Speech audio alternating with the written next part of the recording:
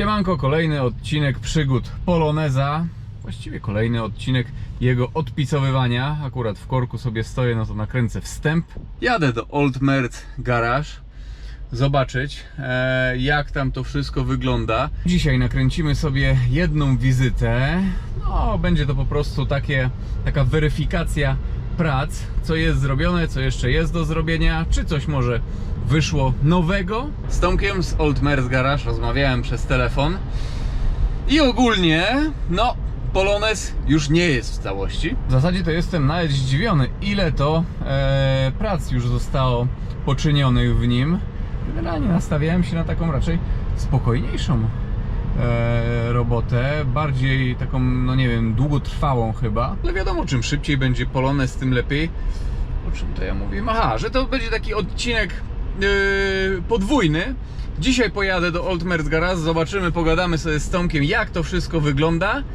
I później jeszcze raz przyjadę do Old Merz Garage innego dnia, kiedy już elementy po prostu będą lakierowane i po prostu samochód będzie, no nie wiem, czy będą lakierowane, może przyjadę tylko na odbiór i po prostu pooglądamy sobie cały efekt prac. A myślę, że po prostu jak będę na miejscu, no to precyzyjnie sobie ustalimy co i jak.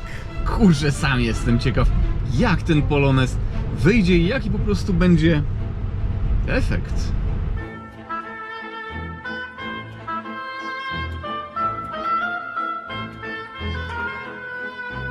Dobra, jesteśmy na miejscu, ale tutaj widzę, pojawiły się rarytasiki. O, już jest trochę ciemno, także będę latarką podświetlał. Proszę bardzo, jaka BMA. Będzie ona na sprzedaż nawet, chyba za 7000 euro, coś takiego. Ale zobaczcie na to. Escorcik. I to w takiej podstawowej wersji 1.3. Tomek mi dzwonił, pisał właściwie do mnie, że takie auto sobie sprawił. Ma chyba 37 000 km przebiegu. Siemanko Tomku.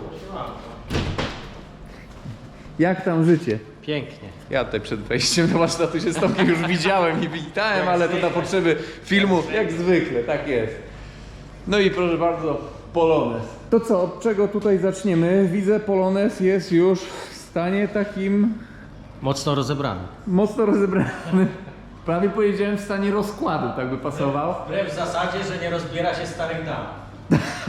Ale słyszałem, że wcale jest on daleki od stanu rozkładu i tak dalej. Jest całkiem spoko. No zresztą można spojrzeć. No właśnie tutaj, jak wcześniej tak zauważyłem, no patrzcie. To wszystko nie było zabezpieczone. Wszystko co widzicie tak oryginalnie tutaj, jak Boja stworzyła ten samochód, taki golasek. To w ogóle? Łapacz paru paliwa. Aha, okej, dobra. Polecimy sobie dookoła, powiedzmy. Poldolot jest tutaj ostro rozebrany. Tutaj proszę, to jest od Poloneza? Tak, to jest od Poloneza, wróciło z piaskowania, same ramki od wewnątrz. Proszę bardzo, no to od razu od tych elementów sobie takich luźnych zaczniemy. Błotniki wypiaskowane zostały. Korozja była totalnie powierzchowna, więc No, coś tutaj zostało. Nie, właściwie wszystko zostało. wszystko zostało, nic tu nie trzeba robić poza zabezpieczeniem i lakierowaniem. No to ekstra. Drzwi były najgorsze, ale to i tak nie jest źle, bo po rozwinięciu rantu okazało się, że są jakieś Są drzwi kierowcy jak coś. Tak, 2-3 małe ubytki i teraz moim zdaniem nie ma sensu wprowadzać jakichś naprężeń cieplnych, tylko użyć nowoczesne środki zabezpieczeń i zawinąć ten rant z powrotem, zabezpieczyć i A tutaj myślę, co, te drzwi na przykład tutaj zaczęły podrdzewać i Tak, tylko bo- drzwi kierowcy, bo? no, najprawdopodobniej Otwierania, brak zamykania wszelkiego zabezpieczenia i mastyk i mas uszczelniających. Tu blacha o blachę przy każdym zamknięciu uderzała i tu była wszędzie korozja. Okej. Ale nie było czegoś takiego, że perforacja, odpadł rant czy coś podobnego, tylko zobacz od spodu. No Poszycie faktycznie, jest całe rzeczywiście. zdrowe, Zderzaczki. Tak, ale one O, są zostało poklejone. tutaj One poratowane. nie są spawane, tylko będzie po prostu poklejone. Ale odratowany będzie, nie trzeba będzie tam nowego szukać. Ciężko kupić taki ładny zderzak już od Poloneza, szczerze No więc mówiąc. stwierdziłem, że jak mamy płacić za przesyłkę i... No tutaj to już duperel był, pamiętam. Tak, tutaj O, to jest te przejścia, takie dziadkowe przejście. Tak, tylko co najgorsze, przy zmywaniu tego spraya, No. oryginalny lakier też się zmywa. Nie wiem jak jest zaaplikowane, ale jest to słabo zrobione. Piękna sprawa. To jest właśnie smaczek Poloneza, DU FSO, klimacik. Dobra, od tyłu tutaj, od tylca. Tu jeszcze nic nie czyściliśmy. To jeszcze nie jest ruszone, ale to możecie zobaczyć, no takie coś. O, podejrzewam, że to jest duperel. No, obawiam się, że tu może wypaść dziurka, Aha. ale to jest stosunkowo mało. Tutaj Tu jest proszę. wszystko zdrowe, jakieś tam... Zobaczcie w ogóle na jakość zamienników. Ten bak jest nowy, tutaj już dwa odpryski, czy kilka ma odprysków, to już rdzewka tutaj wychodzi. Ten bak ogólnie przydałoby się po prostu chyba polakierować od nowa, albo psiknąć, nie wiem, czekajcie, ja wam odpalę tutaj. Dobra, chciałem odpalić latarkę, Tomek pójdzie. Zobaczcie jaka E36, 99 rok. Ostatni. Tak jest. Dobra. Wszyscy No to, się śmieją, że Niemiec płakał jak sprzedawał, nie? no. Uwierzysz lub nie, ale kobieta płakała jak ją... A to kiedyś ją chyba już ściągaliście Tak. i mi opowiadałeś o tej. 90 lat pamiętałem. kobieta mówiła, że kupiła sobie ostatnie nowe auto na emeryturze No. i syn jej sprzedawał, ale spotkałem ją jak podczas sprzedaży, nie? I autentycznie kobieta, jak auto zaczęło wjeżdżać na lawetę, to się popłakała. A jaki to silnik? Najmniejszy silnik fajnie ją skonfigurowała. Wzięła najmniejszy z możliwych silników i maksymalne wyposażenie, co tylko można było wsadzić. Ja pierdzisz. Ty faktycznie jakieś fotele, skórka, wszystko tego? jest- No. Blacharsko jest do ogarnięcia. In progress jest robione. Progres, tak. Dobra, także tył jeszcze tutaj nie był ruszany aż tak. Z tej strony też Nie, ten próg też jeszcze nie ruszał. nie, ale to możecie sobie Ale obejrzeć jak to wygląda. Tak samo wyglądała tamta strona. Takie są piździki. Czy tutaj coś takiego Tu też jest było? więcej, tak. Nie, tam nie było, Aha. tu jest więcej. No to patrzcie, tutaj coś takiego jest. Taka pleśniaweczka, motopleśniaweczka. Ale za progi ten samochód myślę, że można normalnie Śmiało. podnosić, nic się tam nie dzieje. Tu widzowie się naśmiewali, że strach pod progi, bo to wpadną do środka. No i przód wygląda jak Borewicz. To jest, wiele się nie różni po rozebraniu ten samochód od Borewicza. To jest tutaj normalnie taką prostokątną lampę na eksport sobie wsadzić i tyle. No ale to był projekt Giugiaro i poprawiony przez Polaków troszeczkę. A tu plus strasznie nowoczesny samochód. No i dobra Tomek, tutaj widzę, tutaj była chyba taka najgrubsza robota, Tak. takie rzemieślnicza normalnie. Tak. Podczas wycinania tego elementu przyjechał mój kolega i mówi, że kiedyś jak jeździł Borewiczem na co dzień, to dzięki temu elementowi władował się w nową Toyotę. I stwierdziłem, że nie ma półśrodków i ten cały element jest zrobiony nowy. Bo to mu się odczepiło i pękło Tak, i tu pękło wzmocnienie i to wyszło, powodując samoistny skręt. No, Więc ten cały element rozłożył się na boki po prostu. i tu dwa dodatkowe takie trapezowe wzmocnienia są w środku. Wstawiłem, aby to powiedzmy usztywnić w jakimś stopniu. No i A blacha, podświeć tutaj na chwilkę. i blacha zamiast 0,6 O, tutaj jest zobaczcie, jeszcze też takie są przetłoczenia. przetłoczenia całe. One nawet nie są takie symetryczne, jeśli chodzi o bo to i to, bo to już Nie ma lustrzanego odbicia odtąd. Nie. Nie, tu nie ma lustrzanego odbicia. Jest Chodzi trochę około jest tak. 1,5 cm różnicy. Nie? Tak. Zamiast 0,6 blachy jest blacha 1 zastosowana, co powinno pozytywnie wpłynąć na... A oryginalnie 0,6 była. Tak, tak. No i pominąłem ten otwór tutaj, który nie wiem po co był. Ogólnie ja już właśnie Tomkowi wcześniej powiedziałem, że troszkę to jest tak z tym przodem, jakby tak na chybił trafił, robiono trochę ten samochód. Tak mi się przynajmniej wydaje, jakby wszystko pod łóżnicę pociągnięto, u góry i tak dalej, no a to zakończenie to takie, no nie, tak wyglądało jak jakieś dzieło po prostu przypadku, a teraz nawet to będzie tak No, wyglądało. Jeszcze tutaj kosmetyka jest do zrobienia, bo Okej. będzie jeszcze lepiej wyglądało, nie? Bo to jest, na tym etapie jest tylko zagruntowane. Nie? Aha, a tak bardziej aerodynamicznie mi się wydaje. Będzie. Będzie szybsze. Wiecie, gdyby tutaj tak kontynuację zrobić, taką płytę całą, to by ten samochód i Może by 200 osiągnął. 220 by pojechał, jakby skrzynia, jakby ta guma na wale wytrzymała. O, to tam jest ciekawostka. No ale zobaczcie, no, to tak po rozebraniu sprawiedliwie pokazuje, jak to wygląda. Jeszcze tutaj A, gimbala włożę. I tu jeszcze spójrz, tutaj. To musi być też bolączką tych samochodów, bo ktoś po fabryce już poprawiał i te 3 blachy musiały się rozjeżdżać i ktoś je doczołowo poheftał. Aha, rozumiem. To też mam zamiar poprawić. Czyli tak... Ale działa. Działało. No tak, Tylko trzeba wychodzi. to teraz zrobić lepiej. No, nie, jasna sprawa, dobra. Nawet nie wyjmowali tych zaślepek, bo im się upaliły przy No spawaniu. rzeczywiście, faktycznie są przypalone, takie stopione z dołu. Tak. Widać nawet w jakim one były. O, tak w bok trzeba byłoby ją przesunąć, to było jej fabryczne miejsce. Tutaj jeszcze widziałem elementy, Tak. te mocujące zderzak są. Tego, No nie, tu takie. tego nie mogę znaleźć i tego nie mogę znaleźć. To jest łapacz powietrza do chłodnicy, będzie go trzeba po prostu zreanimować. Drugi się uchował Aha, w dobrym stanie, to i jest to- tutaj mniej więcej. O, nie pamiętam, w tą stronę, czyli on będzie tu. Okej, no. I tutaj mniej więcej ja pamiętam, o tutaj Tak, to tak. było, nie? Reflektor tutaj, wkład, znaczy ten odbłyśnik by się przydało też wymienić, ale to... No dobra, i jeszcze próg sobie zobaczymy. Tu naprawdę było powierzchownie. No i tu też nie ma jakichś takich prac, żeby Nie, coś no kawałek wspawać wszystko, czy coś, czy... Cała rdza to jest to. Tutaj te drobne perforacje. Okej, no i tutaj, proszę bardzo. O, ja widziałem, jak pisaliście tam w komentarzach, że już tak jakby licytacja była tego Poloneza, to byście nawet tak... Ale ja jestem daleki trochę od licytacji. No.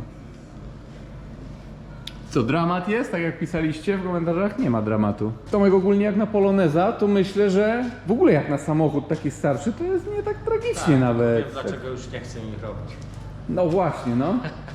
No bo tu jak coś odkręcasz, to zajmuje to 4-5 razy dłużej niż jak odkręcasz z Niemca, nie? A rzeczywiście pisałeś, no. Jakość ocynku na tych śrubach, nakrętkach jest tak dramatyczna, że u Niemca odkręcasz śrubę, o ile jest łeb śruby ok, to odkręcasz i masz żółty ocynk pod spodem. A Powierzchownie nawet u Niemca śruba jest po prostu, nawet Ale może dalej coś jest tam być, ocynkowana. ale wykręcasz i to jak nowe wszystko. I na przykład tutaj tak jak jest. tak, tutaj się to nie zdarza. Nie? 8 śrub na belce zderzaka, 4 urwane. Nie? No, aha, ja pierdzie. No to są właśnie, to trzeba było oszczędzać. Ten samochód był chyba najtańszym sedanem na rynku. I tutaj w środku, tutaj w środku dół deski rozdzielczej został też rozebrany. Też kolejny sprytny patent, że jedną śrubę, żeby odkręcić błotnik, musisz zdemontować osłony wewnętrzne słupka A. Inaczej nie zdemontujesz błotnika. Aha, okej, no dobra. I dlatego tam jest wszystko rozebrane. A ten smaczek pokazujemy? No jak uważasz? Możemy pokazać, co coś złego takiego jest tam. Nie. Mówiłem wam wcześniej, że tutaj mogą powychodzić różne takie ciekawostki. polsku. Znalazł taki fajny smaczek. Nie, poczekaj, opuszczę jeszcze. Ja już zauważyłem. O, tu gdzieś jest. O. Oj tam, oj tam. Nie, słyszałem, że taka operacja była wykonana, bo po prostu jest tutaj alarm w tym samochodzie, ale on jest zbyt czuły i po prostu non stop on wyje i został taki tuning jakby przeprowadzony. Ale tu nawet, kurczę, jak na Poloneza spodziewałem się, że będzie tu mniejsza wiązka czy coś, a tutaj coś Tak zwany polski drut. się dzieje. Coś się dzieje, polsko-koreańsko-włoski taki. Nie, to już jest To stricte polski. Aha, Fakura to zrobi. Polski. Z Tomkiem ustaliliśmy, że na dziś to by było na tyle. No są ewidentnie efekty prac, wszystko jest in progress. Właściwie wiele rzeczy tutaj po prostu jest już przygotowane do malowania. No tam ten próg, może tutaj z tyłu jakieś takie delikatne gówienka. Aha, jeszcze tutaj chciałem zobaczyć. A, to jest taka, to jest To pierdoła. zrobimy dotąd. Wiesz, bo ja tak myślałem, jak się ściąga zderzak, to często są Nie. takie fajne niespodzianki, że na przykład Nie. tu by było coś takiego. Nie, A nie, to jest tam, widzę. Tu jest śruba. W ogóle mi się wydaje, że ten zderzak po prostu tutaj też dotykał On o to i rysował. rysował tutaj. To też jest taka wpadka jakościowa w zasadzie, No no tak. bo co? Ja to na etapie składania zobaczę, co mogę zrobić, żeby to odsadzić, żeby to nie dotykało jedno z drugim. No pewnie. No i to już będzie co, przebitki jakieś sobie wrzucimy. Ale tak jak wam wcześniej mówiłem, tak jak planowałem, wszystko to zrobimy w jednym po prostu odcinku. Taki odcinek odpicowująco restauracyjny. Polonez. No powiem wam, minęło kilka ładnych tygodni i wiecie co? Boldeusz gotowy do odbioru. Nie sądziłem, że tak się tym będę jarał. No ciekaw jestem efektu. Oczywiście jak to przy takich pracach, czy tam nawet można byłoby powiedzieć projektach, chociaż nie wiem czy projekt to nie za grubo troszeczkę brzmi, wyszło kilka dodatkowych prac, dodatkowych mankamentów, jednak były to, myślę, takie duperele, ale o tym wszystkim już na miejscu. Lecimy do Old Merz Garage, no i pogadamy sobie z Tomkiem, obejrzymy Poloneza. Co to będzie? Co to będzie? W zasadzie to tak z Tomkiem obstawialiśmy z miesiąc, że to wszystko będzie trwało, ale się wydłużyło. W ogóle, proszę bardzo, jaki Mercedesik? 260e bodajże. Jeśli chcecie, możemy go przetestować. Ale powracając do Poloneza, no i tak była zima, sypano. Teraz już jest cieplej, ale widzę już Poloneza, ja pierniczę, ale koreańsko-polski grubas. Idziemy do Tomka. Siema Tomku, widzę świnka, klatkę ma. Cześć. Working progress. Tak. Jest klatka, proszę bardzo. Możecie śledzić media społecznościowe Tomka. Będzie, bo tak rozmawialiśmy, będzie robił kolejny projekt W123 Taxi. Tak jest. I coś jeszcze, i świnka będzie Tak, aktualizowana. Świnka będzie bez ciśnienia na czas. Natomiast ze 123 chcielibyśmy razem z Filipem skończyć do sezonu. No dobra, zobaczmy, co tam u Poldeusza. No efekt, szczerze mówiąc, na żywo jest piorunujący. Wiele rzeczy tutaj zostało zrobionych, których po prostu nie widać, ale po kolei. Więc z Tomkiem ustaliliśmy tak, że najpierw opowiemy wam o rzeczach, które tutaj były zrobione z zewnątrz, które są widoczne, a później omówimy wam to, czego po prostu nie widać tutaj. Nie wiem, na przykład tutaj przód był cały przerabiany, dół było poprawiane też, no nie wiem, wlew na przykład paliwa, czy jakieś takie. To co, zacznijmy może od przodu, więc tak, może Tomek będzie mówił, co tutaj było robione z przodu, na przykład maska taka. No, maska generalnie poddano polerce i Nie była lakierowana. nie była lakierowana, był tylko zastosowany tak zwany PDR, czyli bezlakierowe naprawianie wniotek. No tutaj była taka wgniota. Tak, wyszło to w miarę ok. Oczywiście tych grubszych rys już nie możemy skasować, bo jest zbyt cienka powłoka lakieru. No ja i tak jestem zdziwiony, że tutaj tyle z nich zeszło. No w tej kamerze, no to myślę, macie lepszą rozdzielczość, dobrze to widać. Jeśli chodzi o grill, to nie były ornicy chyba ruszane. Oczywiście Tak. cała morda była rozmontowana, ale Tak jak na filmikach wcześniej można zobaczyć. Natomiast zderzak został rozebrany na części pierwsze. pamiętacie, tutaj Poklejony. była taka dziura wręcz. Poklejony, poddany lakierowaniu. Wszelkie wsporniki zostały pomalowane proszkowo, zabezpieczone śrubki, oceń i tak dalej. Przechodząc tu do błotnika, ten błotnik miał na tyle dużo jakby uszkodzeń i korozji wychodzącej na ten rand, że po piaskowaniu tu zdecydowałem się na lakierowanie całościowe tego elementu z jakimś tam drobnym przejściem koloru w tej okolicy. Ja też pamiętam, że właśnie tutaj była jakaś rdzewka na nim i tak dalej, bo jakąś kolizję po prostu miał tutaj ten polon, dlatego to jest na przykład wgięte, ale to... tutaj korozję, nie? No, to już ze starości od dołu pamiętam, tutaj też już się coś... I tu dość wysoko to wychodziło, dlatego tu zdecydowałem się na całościowy, natomiast na tamtym lewym jest zrobione przejście po ostrej linii. Okej, ogólnie tak ustaliliśmy z Tomkiem, że będziemy lakierować tutaj elementy, ale w ten sposób, żeby jak najwięcej oryginalnego lakieru, pozdrawiamy wszystkich maszynistów i kolejarzy, żeby jak najwięcej po prostu oryginalnego lakieru tutaj zachować. Lampy na koniec jeszcze musieliśmy wymienić jedną, bo przy wymianie żarówki pękł plastik sterujący. Jakościowo te elementy nie są jakieś Nie, rewelacyjne. nie, generalnie nie, a co do kierunków chcieliśmy zastosować nowe, bo te stare nie mają żadnego mocowania. Mhm. ale były w takiej jakości, że zdecydowaliśmy się na wersję drut, czyli kierunki są zamontowane na trytkach. Mhm. Ale tutaj... Mimo wszystko wygląda to lepiej niż z nowym zamiennikiem. Tak samo boczne kierunki pomarańczowe przyszły nowe i były też tak wykonane, że zdecydowaliśmy się stare przykleić na taśmę dwustronną. No, ale to też mi pisali właśnie widzowie, pozdrawiamy tutaj, właścicieli polonezów i entuzjastów, pisali mi właśnie, że no jak będę się pchał po prostu w zamienniki, w cokolwiek, to te zamienniki na rynku są po prostu dostępne gówniane. Ten błotnik został polakierowany po tej ostrej linii. Mhm. I robiąc to tyle lat, nie spodziewałem się aż takiej różnicy. Lakier oryginalny jest tak miękki, a ten, który zastosowałem, jest tak twardy, że mimo nawet naklejania taśm przy polerowaniu, po prostu stary się przepolerowuje. Więc musiałem zostawić taką delikatną linię, Mhm. którą z bliska widać. No nie ma co ukrywać, ale uważam, że lepiej jest zostawić coś No pewnie. takiego niż przepolerować się przez stary lakier. Tutaj były doły polakierowane, tu był naprawiony Doły drzwi w ten sensie. cały dół. Okej. Progi tu są całe pod listwami polakierowane. Tak, bo niektórzy z Was pytali, czy to są w ogóle progi w baranek polakierowane. Nie. To jest plastik, To jest- tylko fakturę ma taką jakby barankową. Ale on jest w kolorze. Podejrzewam, że kolorze? każdy Polonez miał listwę do swojego koloru.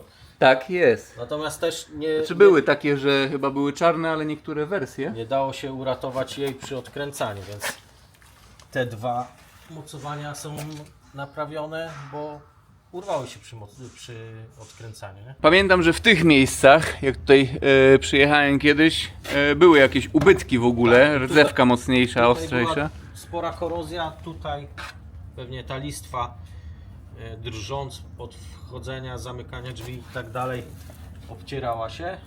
O drzwi po prostu chyba nawet, albo Albo- coś, nie? Bo albo to drzwi, takie... Albo po prostu ludzie wchodząc kopali to i... Bo do i drzwi piasek, pamiętam tutaj, Tak, no to też tak. był taki podrdzewiały, tak jakby Ja- właśnie od uderzania. Tak, piasek wchodząc pewnie swoje robił i tak dalej, i tak dalej. Mhm. Całe progi pod listwami są polakierowane. Tu drzwi są do listwy polakierowane. Cała tylna ścianka pod zderzakiem jest polakierowana. Da, i to z drugiej strony, pamiętam, że ten zderzak to jest jakoś I FSO. zderzak też jest cały polakierowany. On tutaj się obcierał, Mhm. więc Tak. do linii tutaj znowu została polakierowana. No właśnie rdzewka Jeszcze- powstała od tego, że właśnie zderzak ocierał się po prostu o tak. blachę. Tak był spasowany dobrze ten samochód. No chlapacze tutaj są po prostu zmienione, bo tamte były popękane. Zderzak, tak jak wspomnieliśmy, był polakierowany. Pięknie to wygląda. No ciekawe, pewnie będzie zwracał na siebie uwagę ten samochód. Klapa Wypolerowana. wypolerowana. I to też nie można tego nazwać jakimś tam wyrafinowanym polerowaniem. Po prostu, One żeby się stepik taki. Po prostu, żeby się zaświeciło. Mhm. No i tutaj zostały też zachowane te oryginalne naklejki. No widzicie też, te naklejki to już po latach po prostu zaczynają płowieć. One takie szare powinny być, Ale ale to swój urok. zostawić trzeba. Tak. Możecie napisać w komentarzu, czy byście na przykład 1.9 TDI sobie tutaj zrobili, żeby prestiż zwiększyć tego samochodu, czy coś takiego. Jak miałem Passata, to Tomek też widział tego Passata i myśleliśmy, czy go ratować, ale on akurat miał więcej elementów pordzewiałych. Tam myślę, że byśmy musieli lecieć całymi elementami. No właśnie, to Polonez. 2005 rok, no a tutaj to Polonez. Nie, generalnie rozmawiałem z człowiekiem, który bardziej siedzi w polonezach i on mówił, że te roczniki poloneza już były zabezpieczane tektylem. Aha, okej. I myślę, że to też go w jakimś stopniu uratowało, bo naprawdę jest samochód spoko. Oprócz takich zwykłych, typowych rdzewek z racji wieku i używania, no to pozostała część jest zupełnie w przyzwoitym stanie. No potem się chyba nawet przejedziemy i omówimy tak, jak tam się... zważywszy jeszcze to, że no ta powłoka lakierowa rzędu, nie wiem, 90-100 i Właśnie jakości trzeba było uważać też z polerką, bo lakier jest tak, cienki, ale to zbyt miękki w jest. ostatnim odcinku z Polonezem mieliście pomiar tego Poloneza, tak 80 to taka 90 taka średnia grubość tego lakieru, ale... Generalnie to nie jest żadne zabezpieczenie pasywne, antykorozyjne. Nie? No i lecąc po tej stronie, no tak jak tutaj Tomek Tutaj wspomniał, też właśnie tutaj była największa rdzewka wychodziła, ale tutaj też było polakierowane jedynie dotąd i tutaj dosłownie takie delikatne po prostu odcięcie widać, ale to trzeba się przypatrzeć. Fajnie, że to jest w ogóle na krawędzi zrobione. Problem polegał na tym, że rdza wychodziła na tyle wysoko, że ja na tych 2 cm musiałem zrobić epoksyd, podkład, bazę, lakier. Ale ładnie lakier się wpasował w ogóle odcieniem. Kolorystycznie dobraliśmy, dorobiliśmy. I różnica teraz twardości lakierów jest tak duża, że nawet klejąc tu taśmę, żeby zapolerować ten rand, No, w ostatniej fazie muszę ją zdjąć i zapolerować. a to nie, Pozostało- to nie było lakierowane? To nie było lakierowane. Ja I pierniczę, ja się a tutaj przecieram, nie? widzę taki fakapik, ale to jest po prostu FS-owa się O, tak jest lakierowała. mnóstwo takich. A to Spójrz, no ja spójrz z wiem. ostrego kąta tutaj na te drzwi, jak jest słabo. Tak, pamiętam właśnie. Na przykład mogę Ci tu pokazać. Pamiętam w ostatnim odcinku właśnie widzom pokazywaliśmy, że tutaj Na tym, gdzieś na tej powierzchni musiałem już tylko przematować klar, No. żeby wycieniować kolor.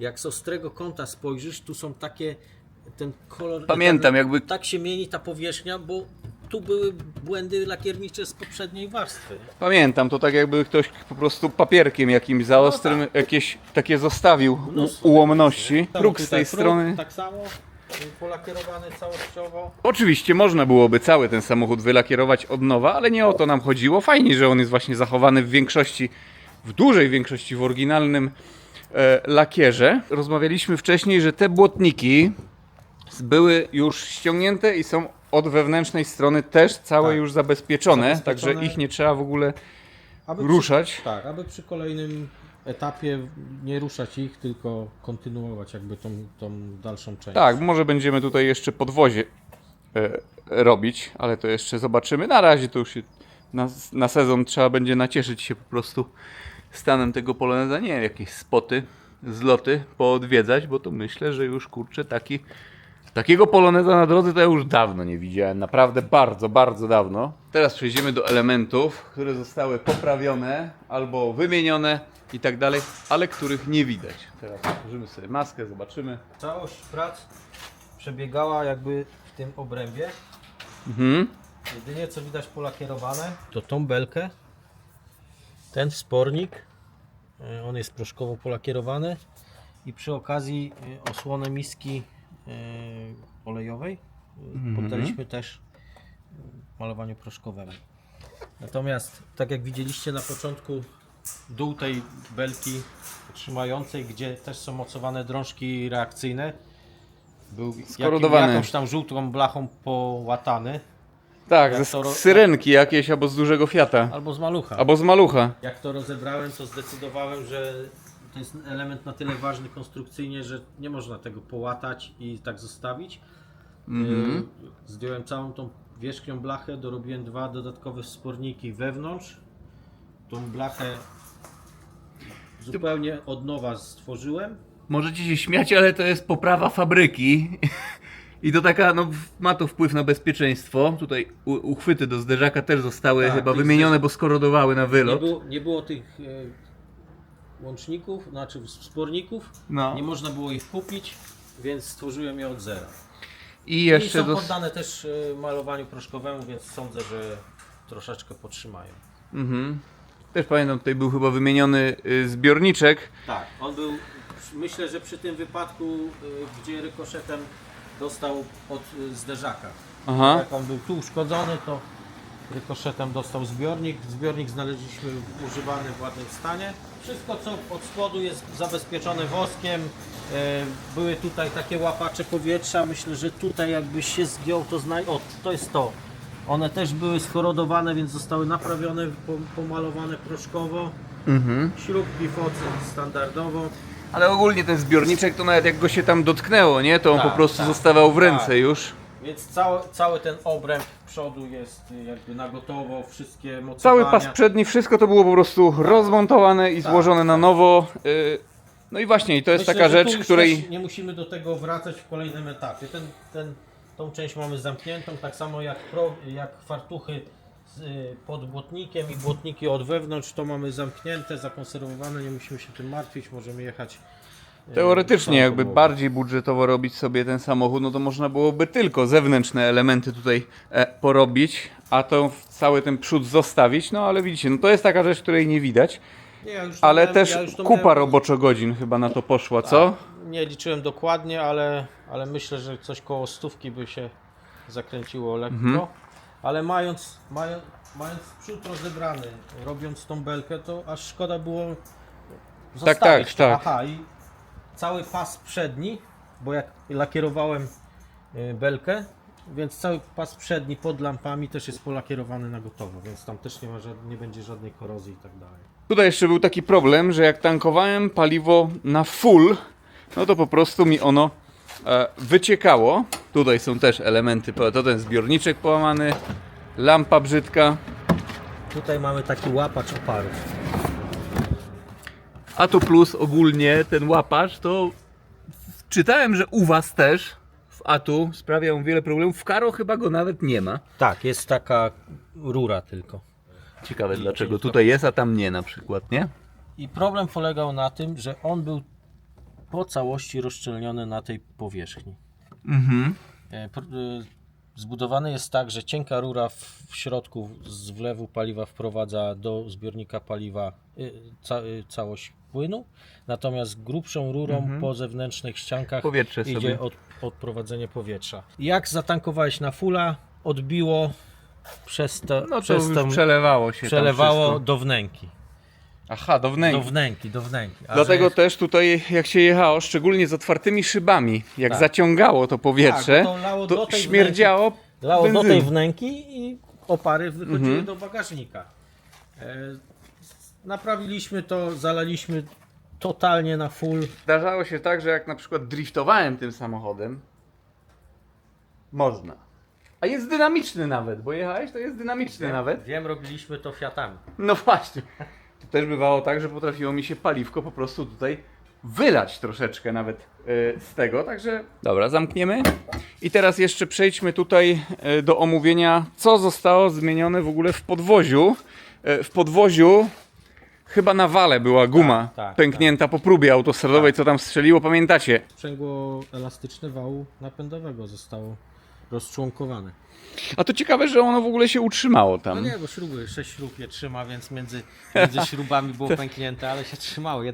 Jeden kawałek odpadł, drugi się prawie rozpadł. Czyli przewidzieli konstruktorzy FSO i Poloneza, że to będzie słaba jakość tej gumy.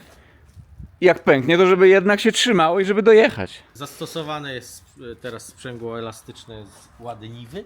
Tak, to Podobno też, są mocniejsze. to też polecaliście mi tutaj, że właśnie z Ładeniwy, żeby to zrobić. Zobaczymy, ile wytrzyma. to. Słucham, czytam komentarze. I od razu tutaj jak był przód przerabiany, no to też zostało wymienionych dosłownie kilka elementów zawieszenia. Łącznika stabilizatora. Gumy łącznika stabilizatora. Mam wrażenie, że auto zrobiło się sztywniejsze i łatwiejsze w prowadzeniu.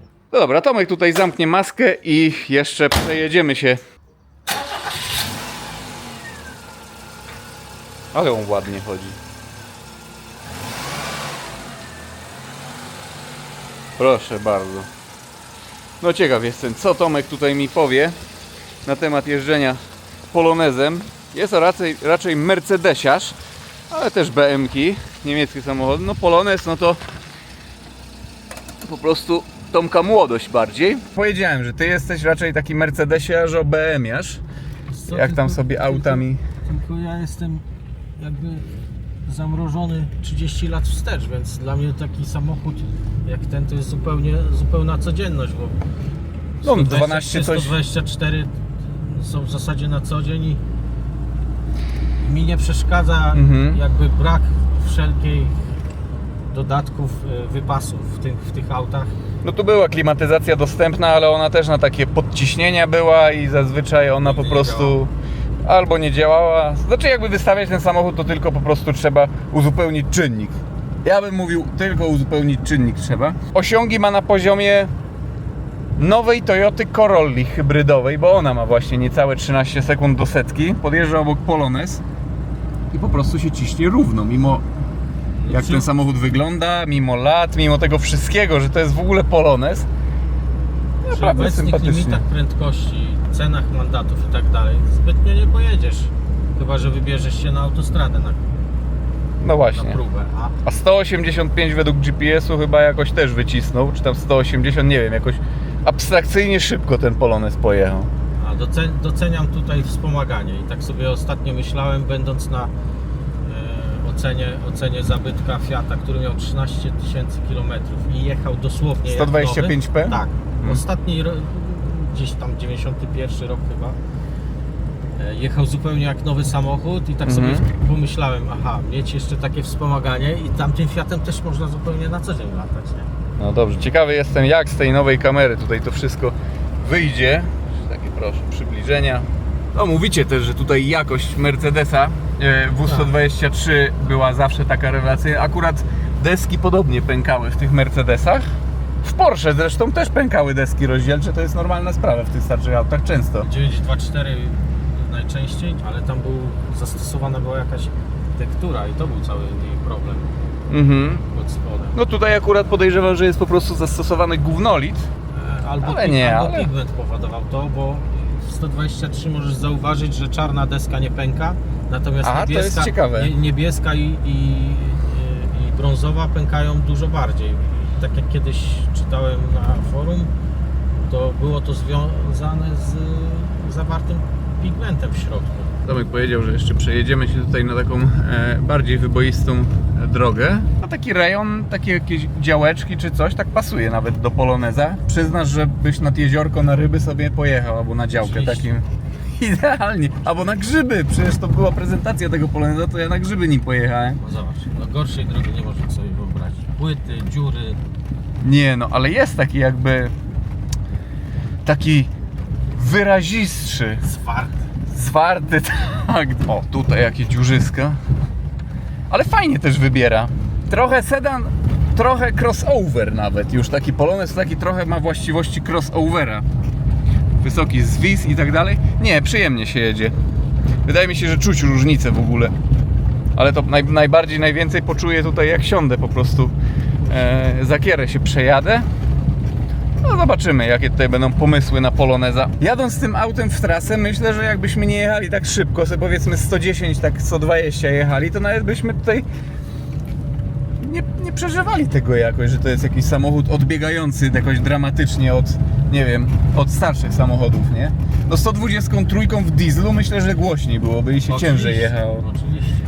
To wiele osób właśnie, no sam będziesz robił W123 w dieslu taksi. To my sobie ostatnio przypominaliśmy z Filipem tamte lata, jak się jeździło i taka sytuacja z życia. Taksówkowe 200D w automacie w latach, myślę, wczesnych 90. w rodzinie i do tego duży Fiat. Ja jako mały chłopak nie potrafiłem sobie wytłumaczyć, jakim sposobem duży Fiat jest szybszy od tego Mercedesa. To prawda. Dobra, i myślę, że w tym odcinku to by było na tyle. Zapraszam do śledzenia mediów społecznościowych Tomka, właściwie Old Merc Garage. Będą wrzucane aktualizacje z projektu 123 beczki, z projektu świnki oczywiście. No i może też się nagra kiedyś tu 123 albo świnkę, jak one będą ukończone. Finalna taka prezentacja u Petrolhead Number One. O ile się Petrolhead nie skończy i tylko elektryków oczywiście nie będzie testował, bo wiecie, komentarze czytałem. W komentarzach czasami więcej wiecie niż ja sam o sobie. Pozdrawiamy i do zobaczenia w jakimś kolejnym filmie, kolejnym odcinku. Na razie.